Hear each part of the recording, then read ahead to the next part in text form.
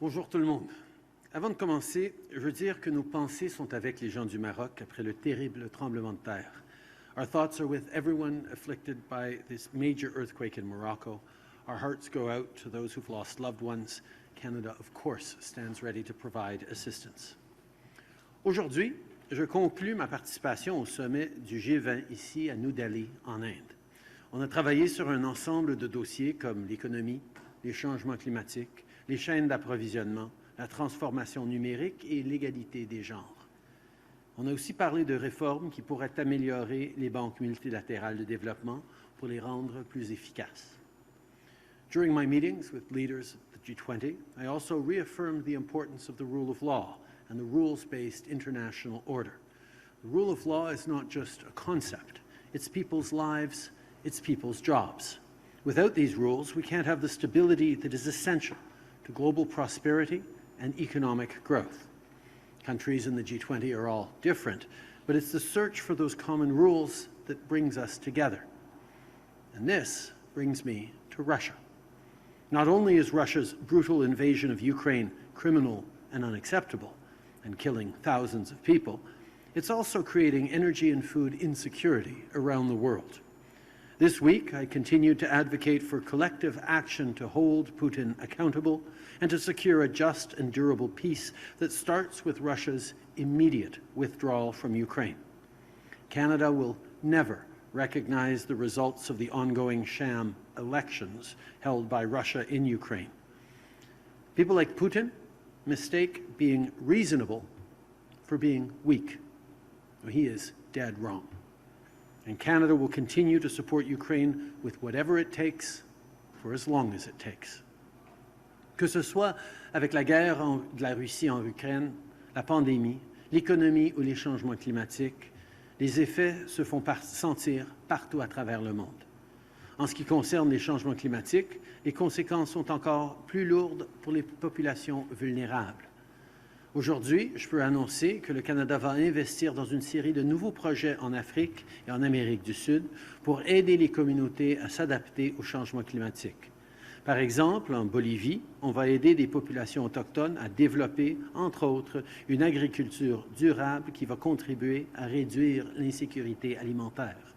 Et on va aussi investir dans le mécanisme de financement catalyseur du climat, un programme conçu pour faciliter le financement du secteur privé dans des projets qui sont bons pour l'environnement dans des pays en voie de développement.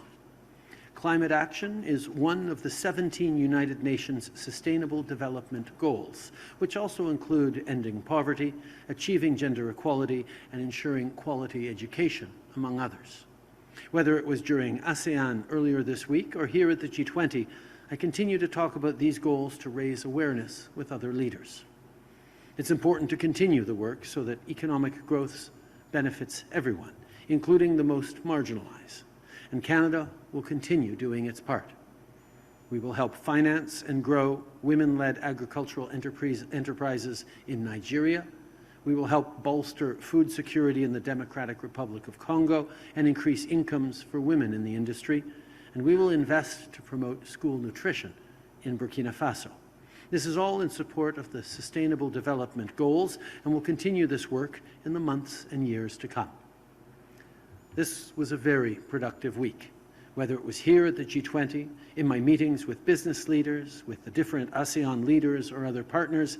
There is a real enthusiasm for Canada and for our engagement in the Indo-Pacific region.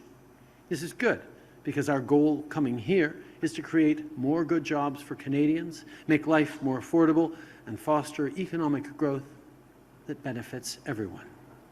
Les gens reconnaissent que le Canada a beaucoup à offrir.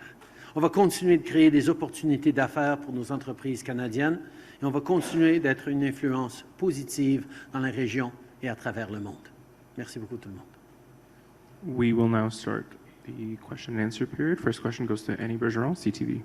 Hi, Prime Minister. I'm wondering if you can say why you signed on to and agreed to a leaders' declaration that does not condemn Russia for its illegal invasion of Ukraine. If it was just up to me, the leaders' declaration would have been much stronger, particularly on Ukraine. If it was just up to other countries around the table, it would have been much weaker, particularly on Ukraine.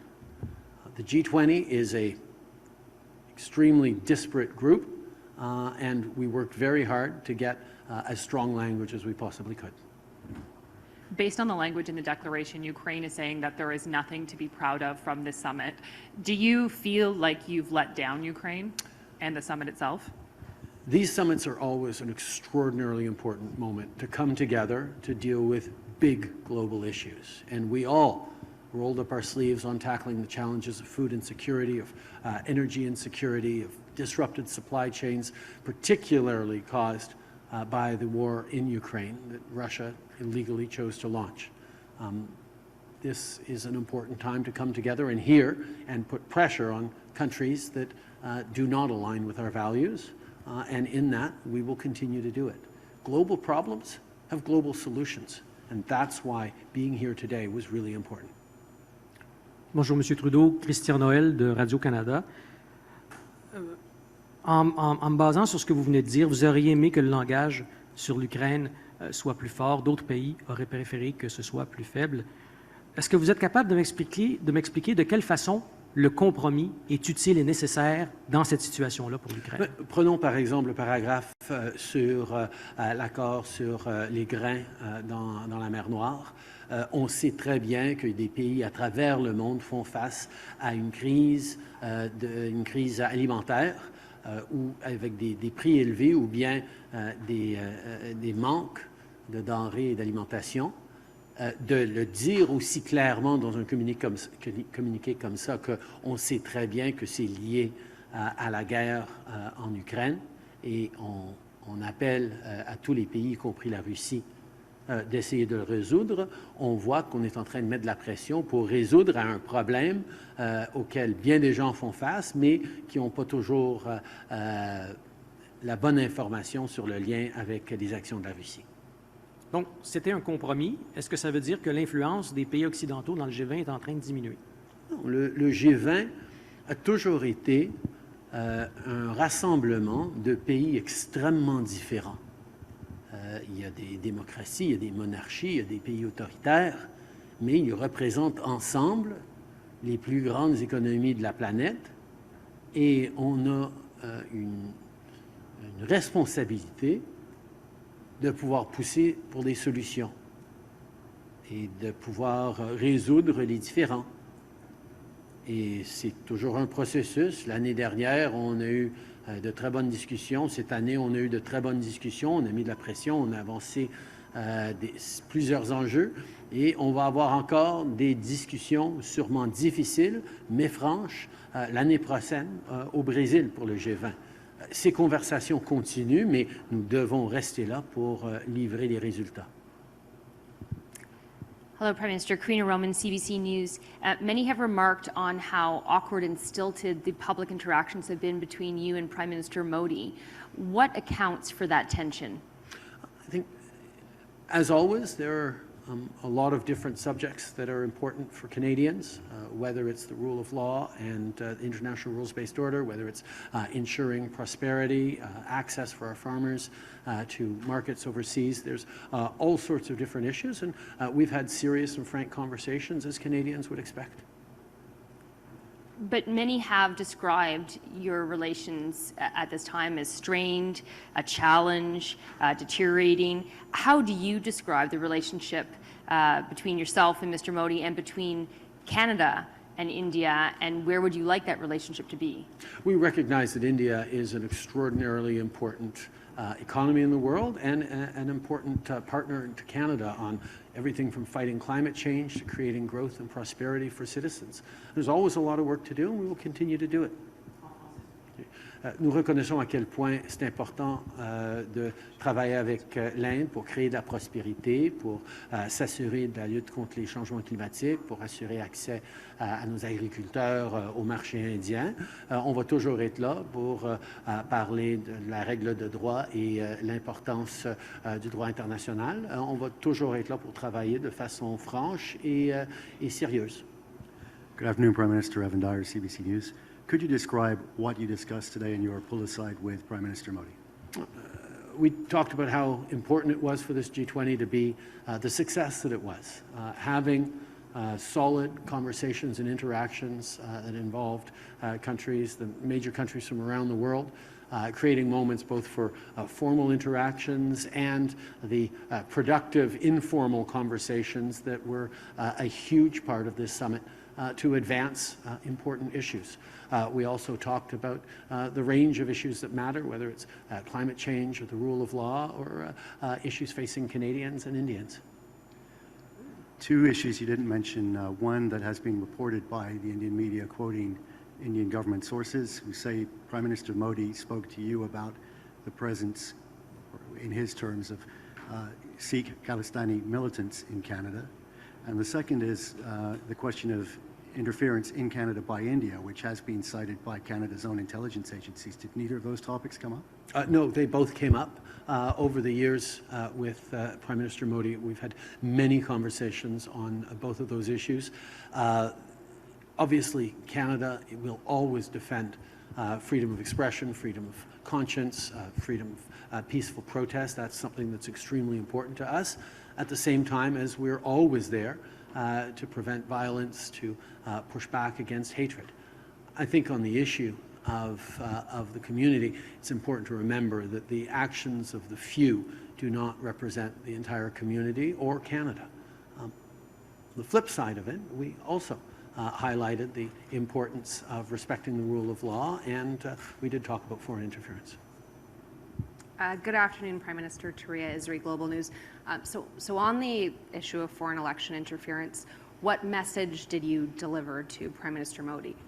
The message is the one that we have continued to deliver to all our partners and allies around the world, as well as countries that we have concerns with, which is making sure that respect for the rule of law, integrity and sovereignty of democratic institutions and processes, and the respect for the sovereign choices of citizens in and of a given country to choose their future. Diaspora Canadians make up a huge proportion of our country, and they should be able to express themselves and make their choices without interference from any of the many countries that we know are involved in interference challenges. A lot of the language in the Declaration on Climate Change is aspirational without firm targets. So why did Canada sign on to that? And given the aspirational goals, can you describe this summit as a success? Again, Canada will always be pushing hard for stronger language on climate change. What we've been able to do by bringing in a price on pollution, by leading the G7 in reduction of greenhouse gas emissions, these are things that we will continue to push for more ambition, because we know that everyone needs to do their part, and quite frankly, the G7, G20 countries are responsible collectively for about 80% of global emissions. So as we look to hold to that 1.5 target and attain it, we know that everyone needs to do their part. We will continue to push as hard as we can on stronger language every step of the way. Hi, what did Canada contribute to the communique? As always, Canada is a strong voice for inclusion of gender language, inclusion of Indigenous reflections, but all throughout we made sure that countries around the world are focused on growing the economy in inclusive ways, creating opportunity and prosperity for everyone in a more peaceful, more secure world, respect for the rule of law, ambition on fighting climate change. These are all things that Canada pushes for at every summit, among others, and we will continue to. Okay. Le Canada, à tous nos sommets, pousse pour de langage d'inclusion, que ce soit sur les femmes ou sur les peuples autochtones. On est là pour se battre pour une vision économique inclusive, pour s'assurer que tout le monde puisse réussir. Je parle toujours de l'importance du multilatéralisme et des solutions que nous cherchons ensemble. On parle de sécurité, de stabilité et de l'importance de la lutte contre les changements climatiques. Et je peux vous assurer que dans les négociations, le Canada a poussé très fort sur tous ces enjeux. Last night you ended up canceling your appearance at the dinner, and this morning at the ceremony, you pulled your hand away when Modi attempted to quit. Pulled your hand away. What does this involve? I'll let you read into what you like. I'm here to work. We're here to deliver important things for Canadians in terms of growing the economy, in terms of solving some of the real geopolitical challenges that people are facing. I was pleased to have a sit-down with Prime Minister Modi, in which we had direct and real conversations, as we always will. But we're going to continue to work hard to create opportunities, not just for Canadians, but for people around the world, and that's always been my focus. Why did you cancel your dinner, and was it related to the communique that came out with regards to Russia? No, it was a scheduling thing. Last question. Hi, Samir Hussein from BBC News. I'm wondering about the question with Russia. In fact, Russia's Foreign Minister Sergei Lavrov did a press conference and said that actually the paragraph had nothing to do with Ukraine. Do you think the language should have been stronger when it comes to Ukraine? And how would you characterize your relationship with Prime Minister Modi? Well, first of all, on Russia, I think it's well established that we can't believe anything that Russian officials or diplomats say, full stop. We put forward strong consensus languages on Russia's illegal actions in Ukraine, and I'm not surprised that the foreign minister of Russia objects to it. That's his job, but he is, and Russia is, and Putin is, very much in the wrong in terms of the instability they're causing in the world, the impact on food prices, the impact on global inflation, on supply chains, on energy prices, and that's why we will continue to stand strong against Russian bullying and Russian aggression in Ukraine. In regards to Prime Minister Modi, we have always had a good relationship in which we're able to talk frankly about difficult issues, and we will continue to have that. Sur la Russie, je peux rappeler à tout le monde qu'on ne peut pas croire rien que le gouvernement de la Russie dise. On est là pour continuer de tenir fort contre les actions illégales de la Russie en Ukraine et à travers le monde. Et ça ne me surprend pas du tout que le ministre des Affaires étrangères de la Russie n'a pas aimé nos positions très fermes contre l'ingérence, l'interférence et les actions illégales de la Russie. This concludes the press conference. Thank you for participating. Merci beaucoup tout le monde.